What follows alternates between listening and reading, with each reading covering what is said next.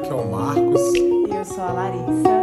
Hoje a gente vai falar sobre o que mesmo? Sobre o que ninguém te conta sobre ser professor. São aquelas coisas que a gente tem que fazer, mas que antes de você se tornar professor, você nem imagina que um professor faz. Então vamos lá, galera. Lembrando aí, ó, se você tá aqui, curte, compartilha, se inscreve no nosso canal. Vamos ajudar o algoritmo a chegar em mais pessoas. E deixa seu comentário aqui também, né? Importante. Exatamente. E não esquece de seguir a gente lá no @Conselho de Classe Podcast no Instagram também.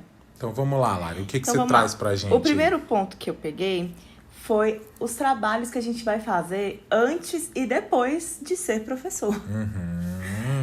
E aí, quais são? Então, na faculdade, pouco se toca no assunto, ou pelo menos na minha época se tocava pouco no assunto, de que o trabalho de preparar uma aula, ele também faz parte da nossa profissão, né? Sim. Assim, essa parte de preparação da aula, ela tem que estar junto da sua hora de trabalho, né? Sim. A gente vê que isso nem sempre acontece, né? Dependendo de onde você dá a aula. Mas tudo que você faz antes é que nem aqueles memes que tem na internet, né? O professor, a única profissão que tem que trabalhar antes para na hora do trabalho ter trabalho para fazer. E a gente tem que trabalhar depois para ter resultados no nosso trabalho. E colégio particular, geralmente, essa parte de preparar a aula é por conta do professor, né? Ele que faça isso no seu horário vago, né? A gente tem ainda as coordenações pra gente fazer preparar essas aulas e tal, que é uma coisa boa. Que foi uma conquista muito grande, né? Dos professores das escolas públicas aqui do Distrito Federal. Foi a gente a gente receber para fazer esse preparo de aula, de atividades, de tudo que a gente tem que fazer, né? Da mesma forma, não te falam que você tem uma grande parcela de trabalho depois de dar aula, né? Sim. Para corrigir as atividades, para elaborar a nota, né? Fazer o diário, né? Que, assim... Diário é uma coisa que fala-se pouco na... Pois é. E são tantos campos que você tem que preencher de diário, que quando você entra na escola, tipo, eu mesmo, quando eu comecei a dar aula... Quando me deram o diário, as notas, as faltas, beleza, eu entendi. E todas essas outras informações aqui, o que eu faço com isso, né? E aí você vai aprendendo aos poucos todas as informações que você tem que colocar. É diagnóstico inicial, diagnóstico final. Informações complementares. As estratégias que você usa. Então, assim, você realmente, tudo que você faz, você tem que anotar no seu diário. Você tem que fazer... uma documentação. Isso, tudo tem que estar documentado, né? E realmente, a parte do diário, eu acho que ninguém te conta o que é que tem que fazer. Outra coisa que é muito... que acontece com todo mundo.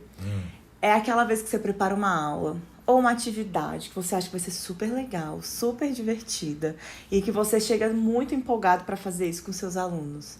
E quando você chega lá na aula, eles Eles estão cagando e andando pra você, né? Ai, gente, é muito frustrante falar a verdade, viu? Então a gente é pouco preparado pra frustração também, né? Porque eu acho que dar aula é mais frustração do que tudo.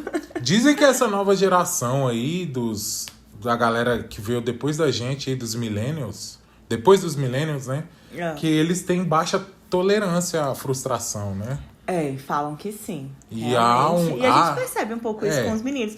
Mas aí, às vezes, eu acho difícil de eu analisar, porque adolescente já tem baixa frustração, tolerância à frustração naturalmente, né? Aí tem estudos falando que futuramente professores serão uma profissão muito escassa, né?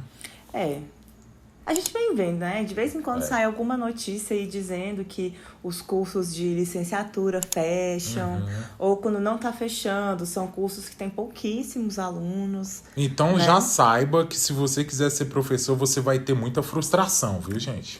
Infelizmente, os nossos alunos, eles vão para a escola meio que como obrigação. Eles não têm essa cultura em casa, assim, às vezes de...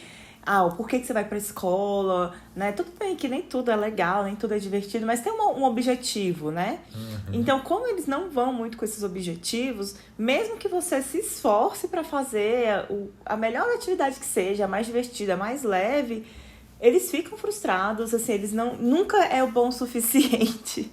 Bem, Lari, o Isaac Newton, quando ele era professor de matemática em Cambridge, ele tinha alunos que não eram muito dedicados também, né? Ah, mas isso E aí, é... quando ele passou as ideias dele de óptica lá, ele fez uma série de aulas de óptica lá e ninguém prestava atenção. Mas depois que ele ficou famosão, né? Os alunos, sim. nossa, eu tive aula disso aí com o meu professor. Não Ele foi tava meu professor. nem aí. Se Newton sofreu essas frustrações, quem somos Imagine nós, né? É verdade. Outra coisa que eu acho que às vezes a gente não se prepara, né, para receber em sala de aula é a fofoca da família dos nossos alunos. Porque, gente, adolescentes, eles às vezes não têm muita noção do que acontece na casa deles, o que pode ser compartilhado em sala. Então, às vezes, você tem que se segurar, porque dá vontade de rir, dá vontade de... Tipo, você tem que segurar as suas reações. Porque eles vão te contar coisas absurdas que acontecem na casa deles. E os pais têm que saber que os filhos entregam tudo dos pais, viu? Tudo que acontece, qualquer coisinha que acontece seja um pouquinho diferente, qualquer coisa, às vezes até uma brincadeira que o pai ou a mãe faz em casa, vai chegar pra gente.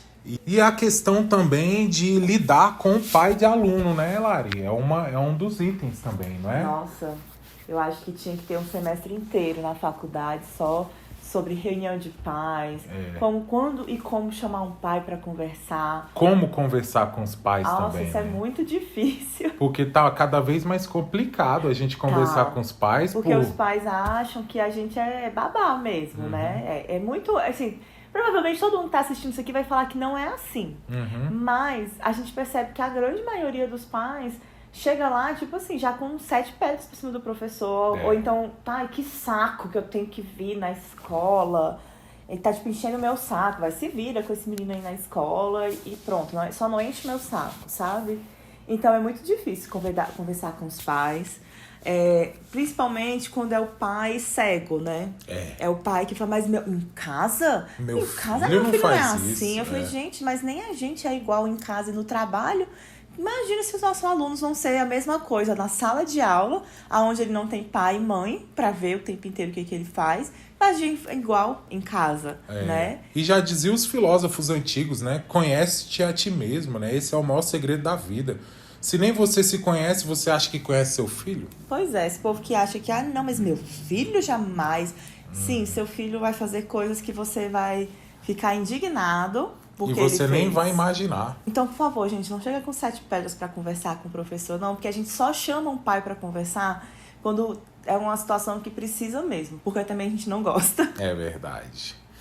O outro ponto que a gente colocou aqui foi em relação aos nossos colegas, né, de profissão. E aí você chega na escola e você acha que todo mundo vai agir de uma certa forma, né? Todos os professores vão ter um jeito de agir, como se todo mundo fosse meio que igual. Unificado, né, e tal. Isso. E aí você percebe que não, que você vai ter professor de todo jeito possível e inimaginável, né? E se você tem aquele preciosismo de achar que a escola tem de ser mais academicista, que é o caso que eu penso também, você vai cair do cavalo, porque muitos professores estão cheios de senso comum, eles seguem tendências midiáticas da moda, é uma galera que cai muito em pseudociência. Então, dentro da escola, os professores são um recorte da sociedade. Não vai achando que você está lá num ambiente intelectualmente superior, porque isso não vai acontecer, viu, gente? Você vai ver discussões assim que você nem vai acreditar. O que entre não é professores. Tem coisa que você vai falar, não é possível que a gente está discutindo o sexo dos anjos, não é possível. Tem umas coisas assim que vão acontecer dentro da sala dos professores que você fica... Dá até uma frustração às vezes, mas depois você se acostuma também. Mas é uma questão também de habilidade social, né? Se a gente não trabalha isso desde criança, com os pais, começando a colocar limite na gente, quando a gente vira adulto, a gente não consegue se relacionar com a sociedade. Porque a gente não vai saber lidar com pessoas dizendo não pra gente, né? Exatamente. Não aceitando que a sua ideia é a melhor. E os professores, eles se supervalorizam, acham assim, nossa, eu sou professor, eu estudei pra isso, então a minha ideia é a melhor. Só que todos os colegas deles também são assim, né?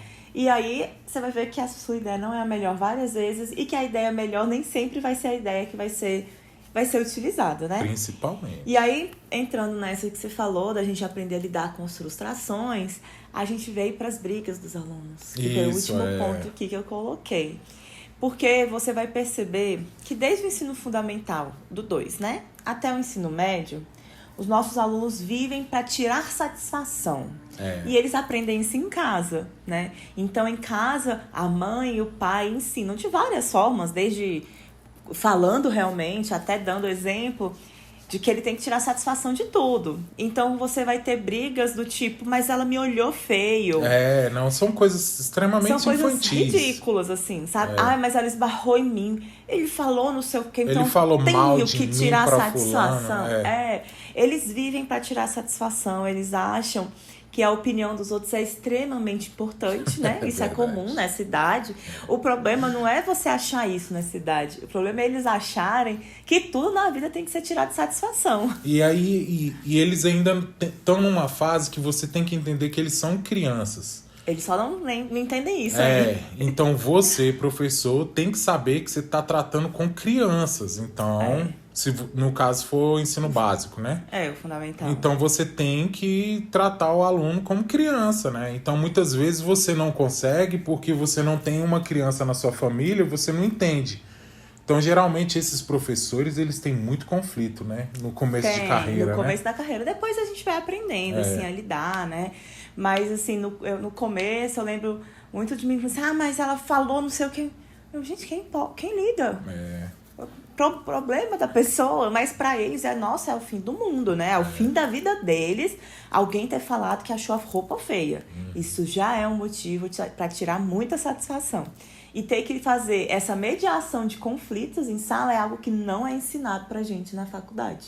E será que a gente abordou todos os pontos desse tema, Mari? Provavelmente não.